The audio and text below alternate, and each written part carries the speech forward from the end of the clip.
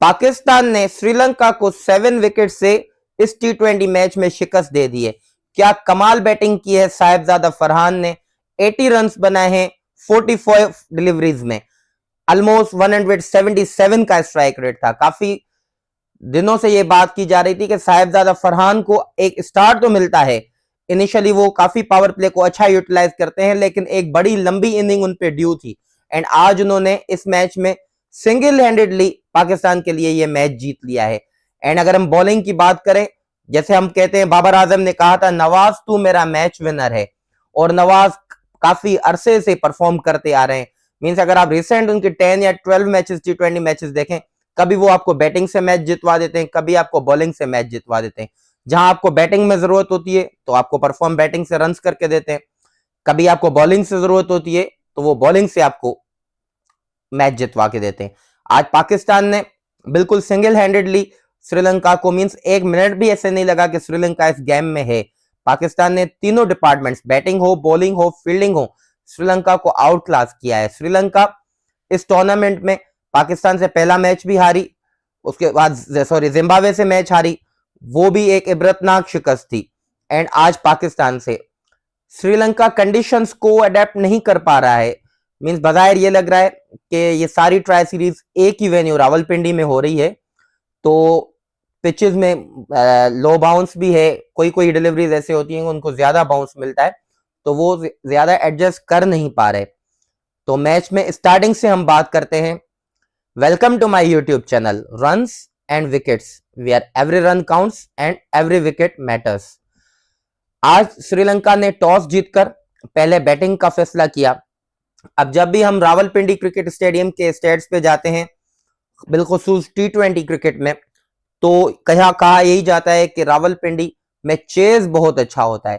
तो जो भी कैप्टन ओवरऑल टॉस जीतता है वो टॉस जीतकर पहले बॉलिंग का फैसला करता है। लेकिन इस सीरीज में एक चीज ये चेंज है कि ओवरऑल वैसे पाकिस्तान में टी20 मैचेस रात को 8 बजे, 9 बजे या अगर जल्द से जल्द भी शुरू करने हो तो 7 बजे शुरू होते हैं, तो इसलिए ड्यू का फैक्टर इन प्ले आ जाता है।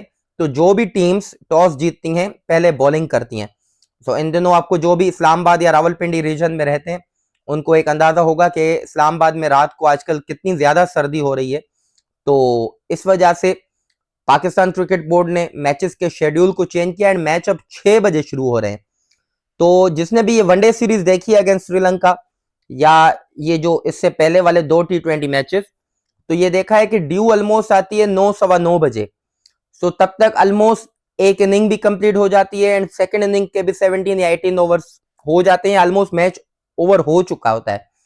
सो टॉस पे जब श्रीलंकन कैप्टन दसुन शंका से कमेंटेटर बाजिद खान ने पूछा कि मींस ड्यू का कितना फैक्टर होगा एंड आपने टॉस जीतकर क्यों बैटिंग की है, तो श्रीलंकन कैप्टन ने कहा कि आई थिंक ड्यू का इतना फैक्टर नहीं होगा क्योंकि ड्यू इतनी नहीं आती।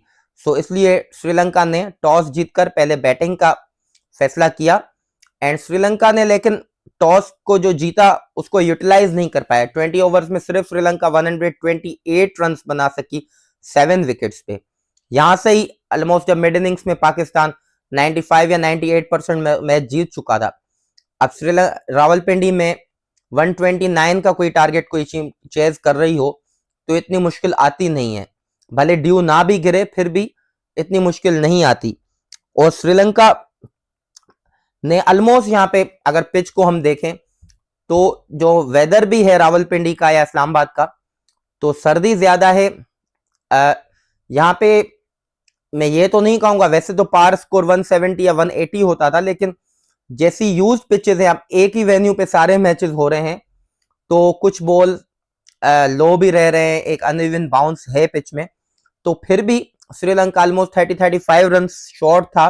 इस पिच पे श्रीलंका को या जो भी टीम बैट फर्स्ट करती है उसको 160 या 170 रन के दरमियान तो स्कोर करना चाहिए।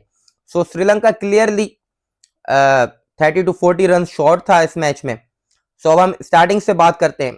आज मैच से 15 मिनट पहले पाकिस्तान क्रिकेट बोर्ड ने ये खबर दी कि Shaheen Shah Afridi is not feeling well, कि उनके पाँव में कोई प्रॉब्लम थी, इसलिए ज्यादा कोई रिस्क नहीं लिया गया क्योंकि अब T20 world cup is just around the corner, तो उनको रेस्ट दिया गया और उन्होंने पाकिस्तान क्रिकेट बोर्ड ने ये कहा कि सलमान मिर्जा शाहिन शाह अफरीदी के एज रिप्लेसमेंट खेल रहे हैं।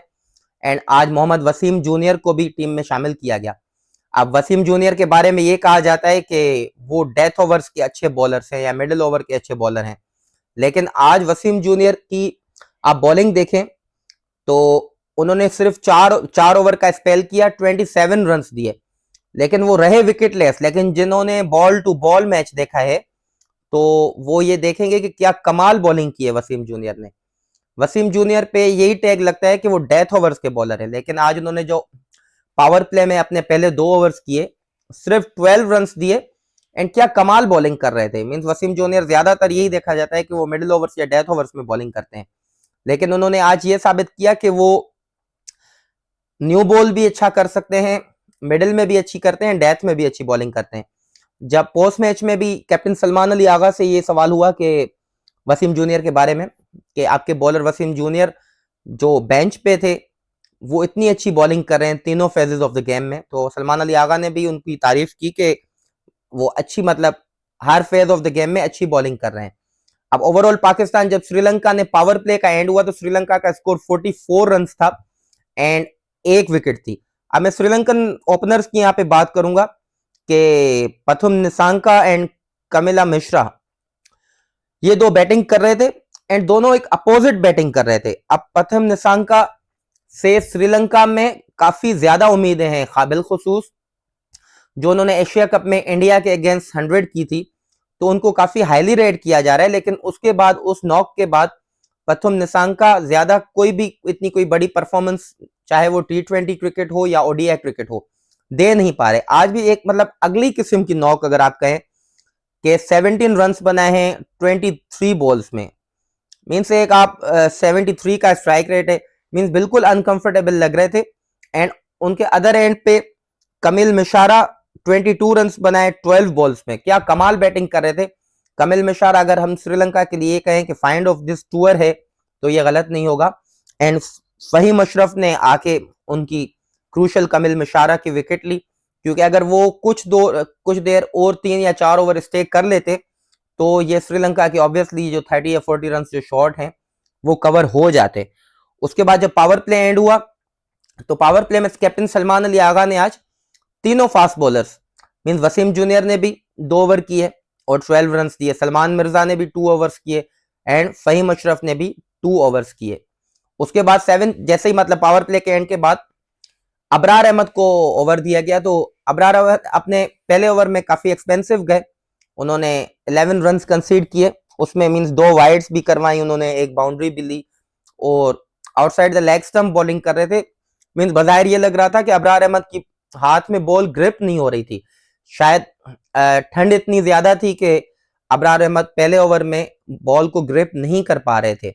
लेकिन उन्होंने जब सेकंड या थर्ड ओवर किया तो काफी अच्छा कमबैक किया एंड 4th ओवर में फिर उनको थोड़ी हल्की फुल्की मार पड़ी, लेकिन ओवरऑल डिसेंट बॉलिंग की। अबरार अहमद ने भी 4 ओवर्स किए एंड 28 रन दिए। लेकिन अगर बॉलर ऑफ द नाइट अगर हम कहें तो वो मोहम्मद नवाज है। पहले ओवर में जब अबरार अहमद को रन पड़ गए थे तो मोहम्मद नवाज ने अपने पहले ओवर में सिर्फ 5 रन दिए। उसके बाद मोहम्मद नवाज ने बैक टू बैक 2 विकेट्स ली, मींस एक टाइम तो हैट्रिक का चांस भी क्रिएट हो गया था। जो मेन विकेट ली वो थी कुसाल परेरा की। कुसाल परेरा 25 रन बनाए उन्होंने 19 बॉल्स पे एंड श्रीलंका के क्रूशल बैटर है मिडिल ऑर्डर में। जब कुसाल परेरा अगर चलते हैं तो श्रीलंका हमेशा लंबा स्कोर करता है।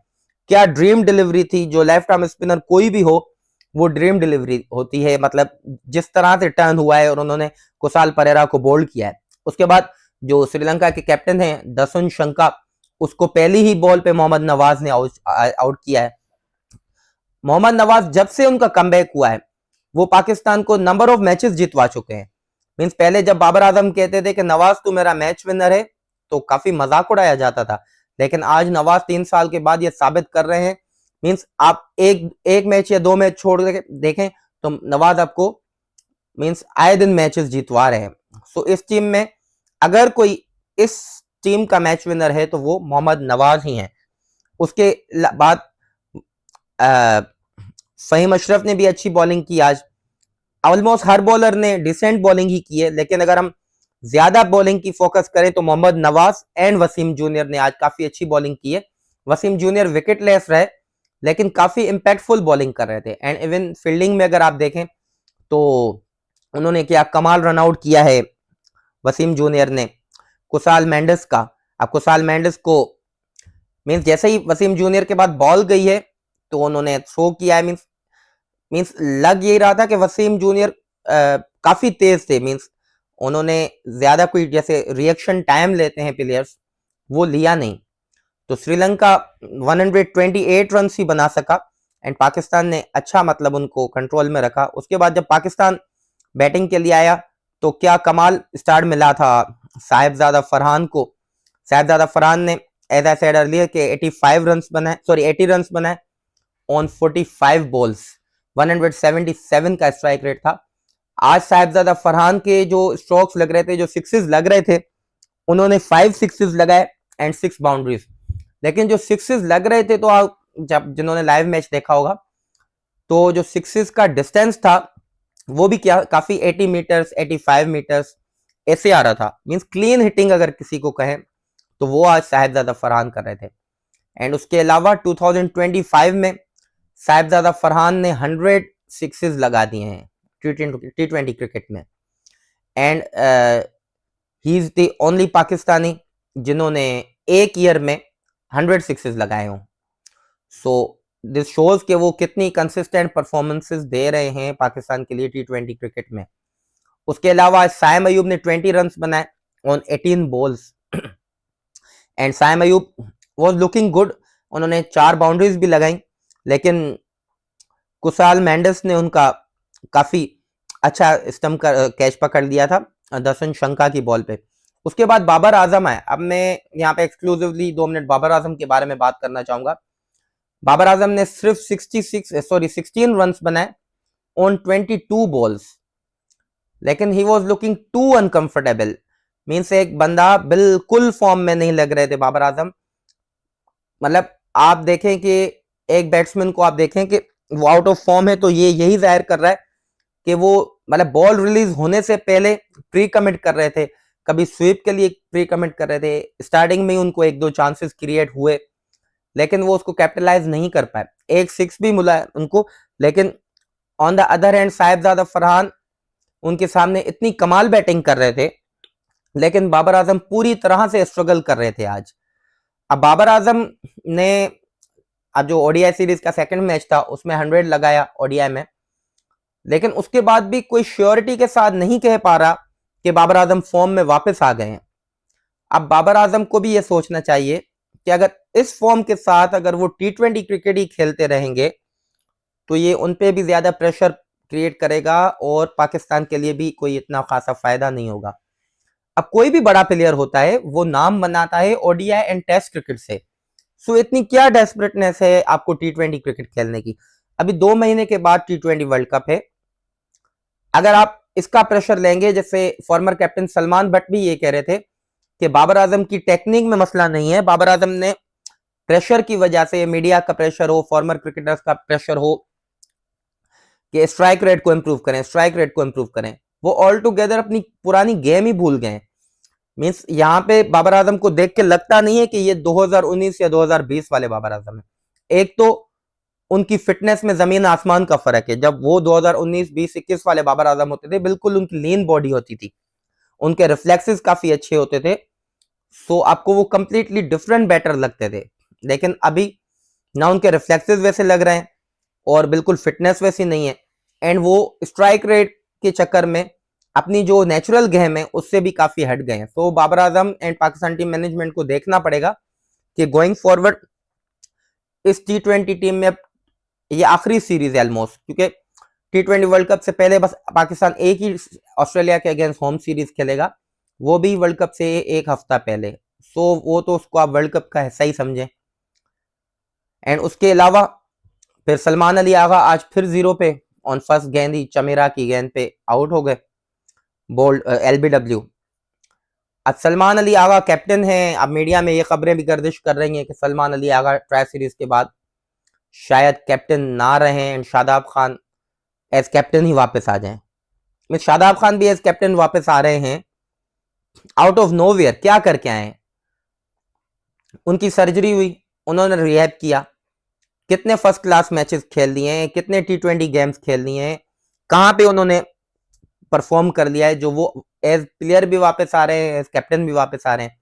मींस पाकिस्तान दोनों तरफ से फंसा हुआ है। सलमान अली आगा को एज कैप्टन रिटेन करता है तो उनकी टीम में जगह नहीं बन रही, शादाब खान को आउट ऑफ नोवेयर कैप्टन ला रहा है तो भी एक कंट्रोवर्सी है। सो आई डोंट नो कि क्या होगा इस ट्राई सीरीज के बाद। सलमान अली आगा ही T20 वर्ल्ड कप में एज कैप्टन जाएंगे या कोई और कैप्टनसी करेगा, या शादाब खान आएंगे, शाहीन शाह अफरीदी कैप्टनसी करेंगे। अब इस सिचुएशन में कोई नया प्लेयर कैप्टनसी लेता है एंड वर्ल्ड कप में टीम परफॉर्म नहीं कर पाती तो कुर्बानी का बकरा तो वही बनेगा। सो पाकिस्तान क्रिकेट बोर्ड को अब बाकी इस ट्राई सीरीज के मतलब एक फाइनली डिसाइड कर लें ट्राई सीरीज के फौरन बाद कि कौन कैप्टन होगा T20 वर्ल्ड कप 2026 में। उसके बाद मोहम्मद नवाज एंड साहिबजादा फरहान आज इस मैच के हीरोज हैं एंड काफी अच्छा परफॉर्म किया है। Mohammad Nawaz man of the match भी थे एंड कंसिस्टेंटली परफॉर्म करते हैं। एंड साहिबजादा फरहान के लिए भी काफी खुशी है कि वो काफी दिनों के बाद एक लंबी इनिंग खेलने में कामयाब हुए हैं। अगर आप इस मैच के बारे में कोई राय देना चाहते हैं तो कमेंट बॉक्स में अपनी राय दीजिए। एंड ये जो इशू चल रहा है कि शादाब खान को इस कैप्टन वापस लाया जा रहा है, सलमान अली आगा को निकाला जा रहा है, इस पर भी अपनी राय दीजिए कमेंट बॉक्स में।